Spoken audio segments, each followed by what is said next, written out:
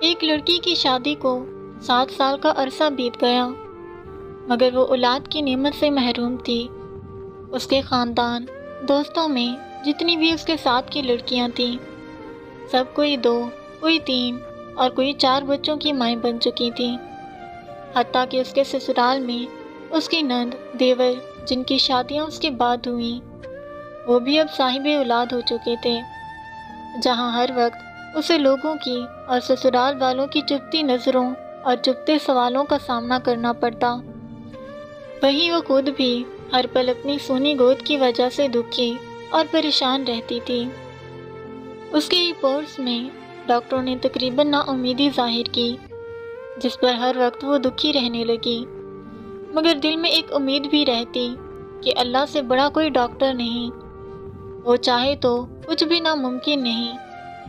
کبھی بہت زیادہ دل اداس ہوتا تو چھپ کر اپنے کمرے میں جی بھر کر رو لیتی۔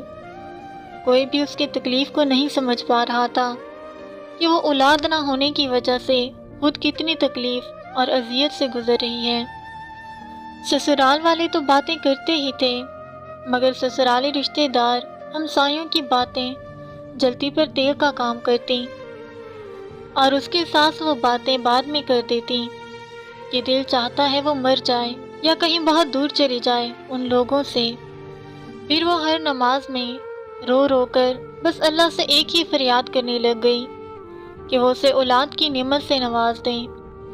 وقت گزرنے کے ساتھ جب اس کی دیورانی کے ہاں چوتھے بچے نے جنم لیا تو ساس کے تانوں میں اور شدت آ گئی کہ یہ تو بانجھ ہے، میرا بیٹا بے اولاد رہے گا۔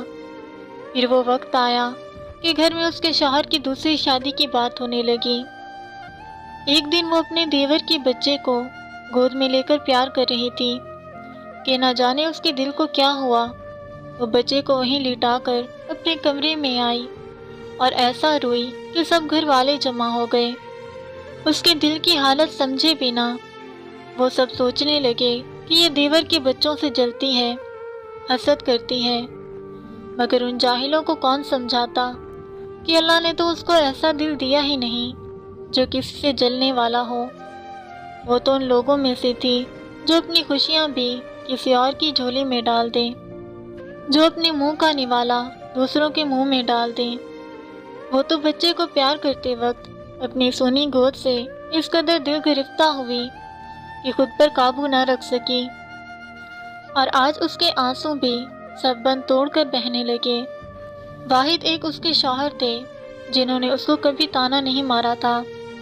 ایک دن کسی نے کہا کہ اپنے شوہر کے ٹیسٹ بھی کرواؤ۔ پہلے تو اس بات پر بہت ہنگامہ ہوا، لیکن پھر اس کے شوہر نے ہی کہا کہ کروانے میں کیا حرج ہے، اللہ کی کرنی کہ جب رپورٹ آئیں تو وہ ٹھیک تھیں۔ پھر تو گھر میں ایک طوفان آ گیا کہ بس اب اس کو فارغ کرو، ہم تمہاری دوسری شادی کریں گے۔ لیکن اس کے شوہر کسی صورت بھی طلاق دینے کو تیار نہ ہوئے۔ اس نے اپنے شوہر سے کہا کہ آپ شادی کر لیں، مگر وہ اپنی بیوی سے بہت پیار کرتا تھا، سو کسی صورت نہ مانا۔ ایک دن کسی نے ایک پیر کا کہا کہ وہ بہت بڑا پہنچا ہوا پیر ہے، اس سے اپنی بہو کو اللہ اللہ کرواؤ۔ جب اس کی ساس نے بات کی تو اس نے صاف انکار کر دیا کہ چاہے آپ جو مرضی کر لیں، بے شک گھر سے نکال دیں، لیکن کسی پیر کے پاس نہ جائے گی۔ اس پر اس کی ساس نے بہت لعن طعن کیا۔ اس نے وضو کیا اور نماز کے لیے کھڑی ہو گئی۔ جب دعا کے لیے ہاتھ اٹھائے تو ایسی رکعت طاری ہوئی کہ کچھ بولا نہ جائے۔ پھر سجدے میں گر کر اللہ سے فریاد کی، یا اللہ، اگر تو نے مجھے بے اولاد ہی رکھنا تھا تو نے مجھے اس دنیا میں عورت کے روپ میں کیوں بھیجا؟ عورت تو پوری ہی اولاد سے ہوتی ہے، پھر میرے وجود کو ادھورا کیوں رکھا؟ یا اللہ، ساری دنیا کے ڈاکٹرز چاہیں جو مرضی کہتے رہیں، مجھے بس تیرا ہی آسرا ہے۔ یا اللہ، میری وجہ سے میرے شوہر کو اس تکلیف، اس محرومی سے نہ گزار۔ یا اللہ، تو ہر چیز پر قادر ہے، تو نے حضرت مریم علیہ السلام کو بنا مرد کے، بنا شوہر کے، ماں کے مقام پر کھڑا کر دیا، اور ان سے اپنے محترم نبی کو بنا باپ کے پیدا فرمایا۔ یا اللہ تجھے حضرت مریم کا واسطہ مجھے صالح اولاد کی نعمت عطا فرما۔ یا اللہ اولاد کے بنا میں ایک ادھوری عورت ہوں، یا اللہ مجھے پورا کر دے۔ اس رات سجدے میں رو رو کر اس نے ایسی فریاد کی، کائنات کی ہر چیز اس کی سفارشی بن گئی اور اللہ پہ اس کا بھروسہ جیت گیا۔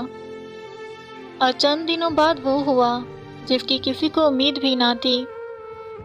ڈاکٹر بار بار اس کی رپورٹس دیکھ رہے تھے۔ پھر اس کو زندگی کی خوشخبری سنائی گئی کہ وہ ماں بننے والی ہے۔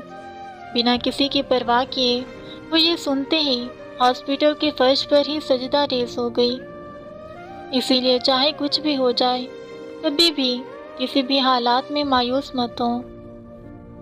اللہ بڑا کارساز ہے، لوگ کچھ بھی کہیں، بس اللہ پر بھروسہ رکھیں۔